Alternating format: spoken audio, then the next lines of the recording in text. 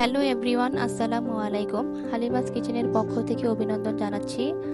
আমি বাসায় যেভাবে ডাল রান্না করি, আলহামদুলিল্লাহ সবাই খুব প্রশংসা করে। তো আমি আজকে আপনাদের সাথে আমার ডাল রান্না করার রেসিপিটি শেয়ার করছি।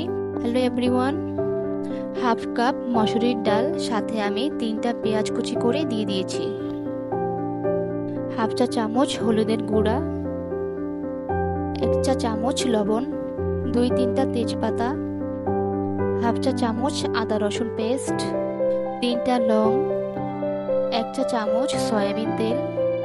এবার হাত দিয়ে 2 থেকে 3 মিনিট ভালো করে মাখাবো। এই ডালটা এভাবে যত মাখিয়ে বসাবো, ডালটা কিন্তু খুব তাড়াতাড়ি সিদ্ধ হয়ে যাবে, আবার খেতেও কিন্তু মাশাআল্লাহ খুব মজা হবে। আমি এই পাতিলটা ফুল ভরে পানি দিয়ে দিচ্ছি।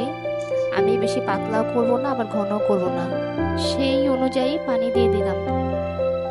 এখন আমি চুলায় হাই জাল দিয়ে বসিয়ে দিলাম, বলক আসা পর্যন্ত ওয়েট করি।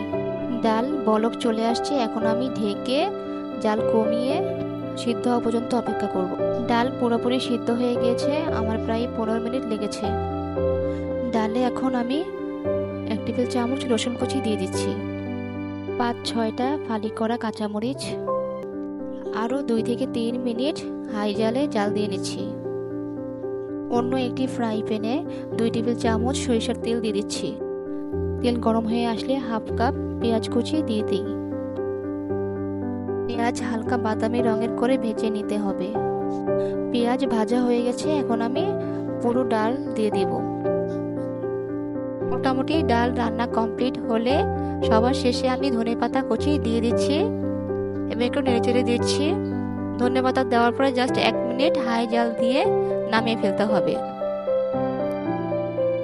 আলহামদুলিল্লাহ আমার ডাল রান্নাটি কমপ্লিট। দেখতে যেমন সুন্দর হয়েছে, খেতেও কিন্তু আলহামদুলিল্লাহ অনেক মজা হয়েছে। এভরিওয়ান, আমার ভিডিও যদি আপনাদের ভালো লাগে তাহলে অবশ্যই লাইক, শেয়ার, কমেন্ট করে দিবেন। ধন্যবাদ।